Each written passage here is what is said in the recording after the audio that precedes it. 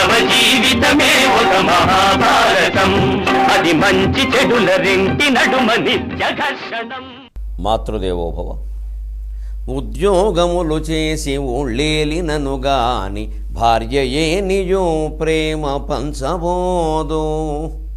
అడుగడుగున పడి మడుగులొత్తినగాని పతిదేవుడు కటాక్షభావమిడడు. చదువులో సేవలో శ్రద్ధ చూపినగాని గురు కటాక్షమును దొరకబోదు. ప్రత్యుపకారాల ఫలములందినగాని ప్రాణమిత్రులునైన పలుకబోరు. కడకు భగవంతుడైన యోగాగ్నియందు కమలిపోయిననే గాని కానబడడు. కానీ తనకు పుట్టుటే చాలు అదే ఘనతయనుచు మనల ప్రేమించును ఒక తల్లి మాత్రమవని. తనకు పుట్టుటే చాలు అదే ఘనతయనుచు మనల ప్రేమించును ఒక తల్లి మాత్రమవని. మాటలు కోటలు దాటవచ్చు కానీ చేతలు గడప దాటడం కూడా కష్టమనే విషయాన్ని మనకు అవగాహన కావిస్తూ ఉన్న మహాభారత కథాశ్రవణం కోసం ఎదురు చూస్తూ ఉన్న భక్తి టీవీ ప్రేక్షక మహాశయులందరికీ కవి బ్రహ్మ ఉభయ కవి మిత్రుడు తిక్కన సోమయాజి రచించిన ఆంధ్ర మహాభారతం ద్రోణ పర్వానికి సాగుతున్న సామాజిక వ్యాఖ్యలో 1166వ భాగానికి స్వాగతం పలుకుతున్నాం. మానవ జీవితమే ఒక మహాభారతం, అది మంచి చెడుల రెంటి నడుమ నిత్య ఘర్షణం. నరుడనవచ్చునే నృపగణంబు వినంగ జయింపవచ్చునే గురు గురుసేనలంతరణి గృంకకమున్న. అఖిలాండకోటి బ్రహ్మాండ నాయకుడు శ్రీకృష్ణుడుగా అవతరించినా సరే మానవ శరీరమే మానవ ప్రయత్నమే. కాబట్టి ముందు ఆ శరీర స్థితికి తగినట్టే ఆలోచిస్తాడు. ముందే మొత్తం పటాలమంతా కిందికి దించేయడు. అందుకే దేవుళ్ళ చరిత్రలు రామాయణ భారత భాగవతాలు వింటున్నప్పుడు కూడా ఆయన దేవుడు కదా అన్నది అస్తమానం. ఆ దైవత్వాన్ని కొన్ని సందర్భాల్లోనే ప్రదర్శిస్తారు. పొద్దున లేవగానే నేను దేవుణ్ణి బోర్డు పెట్టి కూర్చోరు. మన చరిత్రలాగే వారి చరిత్రనే అర్థం చేసుకోవాలి. ఏమంటున్నాడో చూడండి. నరుడనవచ్చునే నృపగణంబు వినంగ జయింపవచ్చునే గురు గురుసేనలన్ తరణి గృంకకమున్న. తలంప చాలా దుస్తరమిది ఆతడి ప్రతిన తప్పకయుండగా తీర్చునట్లుగా పొర్రయకయున్న దుర్దశల పొందనే పాయని నిందగుందనే. నరుడు అనవచ్చునే నృపగణంబు వినంగా. అందరూ వింటుండగా ప్రతిజ్ఞలు చేస్తారేమిటయ్యా మానవులు? అర్థం కాదు. ఏమిటి పౌరుషాలు? వాడిని ఎవరినో చంపాలి అనుకోడు, ప్రశాంతంగా వేసేయచ్చు కదా. అది వ్యూహం. ఈ 10 మందిలో ఊరికే మాట్లాడడం ఇదో ఆర్భాటం. అక్కడి నుంచి లేనిపోనివన్నీ చుట్టుకుంటాయి.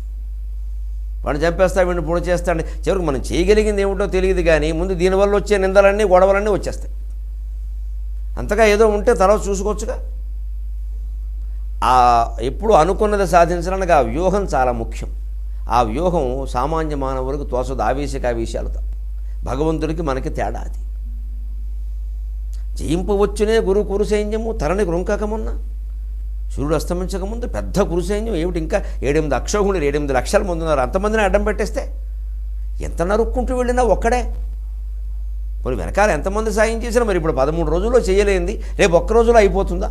పోనీ అందరి వల్ల అవుతుంది అనుకుంటే అందరూ కలిసిన 13 రోజుల్లో చేయలేకపోయారు కదా. 4-5 మించి అవ్వలేదు. ఇక్కడ ఇంకా 7-8 లక్షల మంది ఉన్నారు. వీళ్ళందరినీ ఎలా వేసేస్తారు? నేను ఆలోచించద్దా? తలంప చాలా దుస్తరం ఇది. ఈ విరుపు చూడండి. తిక్కన గారు పదప్రయోగంలో ఉండే నేర్పు. చాలా దుస్తరమది. ఆ చివర పెట్టి 2వ పాదం చివరిలో తరమది ఆ 3వ పాదం మొదట్లో పెట్టి. ఏమిటి విరుపు? ఇదే ప్రయోగ నైపుణ్యం అంటారు. చాలా దుస్తరం ఇది. చాలా కష్టం అయినా ఇలా విరవడం. అటు కొంత ఇటు కొంత ఉంది వ్యవహారం. ఈ పదం అటు నుంచి ఇటు లాక్కొస్తే కానీ విషయం అర్థం కాదు. దుస్తరము అన్నాడు. దుష్కరము ఏదైనా సరే దాటలేంది. ఈ ప్రతిజ్ఞ నెరవేర్చడం చాలా కష్టం. అందుకోసమే ఆ పదం సగం అక్కడ రాసి సగం ఇక్కడ రాసి. తెలుగులో ఈ సౌకర్యం ఉంది, సంస్కృతంలో ఇలా రాయకూడదు. మళ్ళీ ఓ పదం ఒక చోట ఉండాలి. ఈ విరుపులోనే ఆ ప్రయోగ నైపుణ్యం అంతా ఉంది. చాలా కష్టమయ్యా పద్యం నడవడం అన్నట్టుగా. అలాగే యుద్ధం నడవడం చాలా దుస్తరమది. అతడి ప్రతిన తప్పకయుండగా తీర్చున్నట్లుగా పొరయకయున్న. మళ్ళీ ఆయన కనుక ఒకవేళ ప్రతిజ్ఞ తప్పితే శ్రీకృష్ణుడు ఏం చేశాడు పక్కన ఉండంట. ఎందుకంటే లోకంలో వాడుకోండి, ఎవరన్నా కుర్రాడు ఏదైనా తప్పు రాస్తే ఎవడరా నీకు తెలుగు చెప్పినవాడు ఆయన ఏం చేస్తారంటే నాకు అర్థం కాదు, ప్రతిదానికి ఇది ఒకటి అలవాటు మనకి. వాడు లెక్క తప్పు చేస్తే ఎవడరా నీకు లెక్కలు చెప్పినవాడు అంటే చెప్పిన వాళ్ళు ఏమైనా నువ్వు తప్పులు చేయి, నువ్వు తప్పు రాయి, చేయకపోతే కొడతా అని చెప్పారా? మనకి ఇది ఒకటి బాగా అలవాటు. ఎవడు చెప్పాడు ఇలా చేయమని? ఒకరు చెప్తే చేస్తారా అండి? అసలు నువ్వు ఎందుకు చేసావు అని అడగం మనం. ఎవడు చెప్పాడు ఇలా చేయమని? ఇది విచిత్రమే అన్నమాట మనకి. మరి అంచేత కృష్ణుడు ఏం చేస్తున్నాడు రా? అర్జునుడు ఎలా జరిగితే చూసుకోద్దా? అడ్డమైన ప్రతిజ్ఞలు చేయడమేనా? ఆయన గారే మురళి వాయించుకుంటూ కూర్చున్నాడా కచేరీ అంటారు వెంటనే.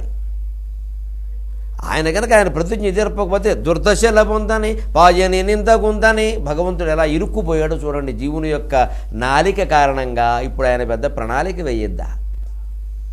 మన మాటలు మన చేతలు మన భగవంతుడిని ఇరుకుని పెట్టకూడదు. అందుకే ఏదో రామకృష్ణ పరమహంస కథల్లో ఒకటి సరదాగా చెబుతూ ఉంటారు. ఒక ఆయన నారదుడు సంచారం చేస్తూ ఉంటే ఒక భక్తుడేట. ఆయన నామాలు అవి ఏవో పెట్టుకున్నాడు, పాపం భక్తుడిలాగే ఉన్నాడు మనిషి. ఏదో బాణాలును ఆయుధం పుచ్చు కూర్చున్నట్టు ఎవడు దారి దోపిడి దొంగలాగా. నారదుడిని అడ్డుకుని నీకు అర్జునుడు కనపడ్డాడా అన్నట్టు. ఏమిటి అర్జునుడితో నీకు నేను కనపడ్డాను కదా ముందు, నేనేం దారి దోపిడీ కాను కాదు, అర్జునుడు కనపడితే అడ్డంగా నరికేద్దామని చూస్తున్నాను. ఈ అర్జునుడితో నీ మీదకి ఎందుకు అంత కోపం అంటే అస్తమాను మా స్వామిని స్మరించి ఆయనకి నిద్ర లేకుండా చేస్తున్నాడు, ఆయనకి లేనిపోయిన బాధ్యతలన్నీ అప్పగించాడు, పైగా సారథ్యం చేయించుకుంటాడు ఆ భగవంతుడి చేత. ఏం బుద్ధి లేదా? ఊరుకున్నాం అనుకుంటున్నారా? ఆయన సైన్యం అంతా ఉన్నాం ఇక్కడ, మేమంతా భక్తులం, కృష్ణ భక్తులం. ఆయన చేత గుర్రాలు దోలించుకుంటాడా, గుర్రాలకు అడుగుతాడా మా స్వామి. దఖనీమిత కండూన్ పాండవశ్చందనాశ్వాన్ అంటూ కృష్ణకర్ణామృతంలో రాశారు. ఆ అర్జునుడు ఎక్కడైనా కనపడితే చంపేద్దామని చూస్తున్నాను అన్నట్టు. అంతంత కోపాలు ఉంటాయి ఒక్కోసారి. ఆయనతో ప్రేమ భగవంతుడి మీద. మా స్వామివారి చేత గుర్రాలు కడిగిస్తాడా, గుర్రాలు తోలిస్తాడా, ఒరే అంటాడా మధ్యలో, అటుతోలు ఇటుతోలు అని. ఒక్కోసారి ఏమో నేను గ్రంథంలో చూశాను, ఆ చేత్తో చెప్పడం వీలు కాక కాలుతో ఇలాగ తగిలించేవాట కృష్ణుడికి. కుడికాయలు బొట్టనవేలు తగిలితే కుడివైపు పోనేమని అర్థం, ఎడంకాయలు బొట్టనవేలు తగిలితే ఎడంవైపు పోనేమని అర్థం. అలాంటివి కూడా చేశాట. దుర్మార్గం కాదు భగవంతుణ్ణి. మానవ జీవితమే ఒక మహాభారతం, అది మంచి చెడుల రెంటి నడుమ నిత్య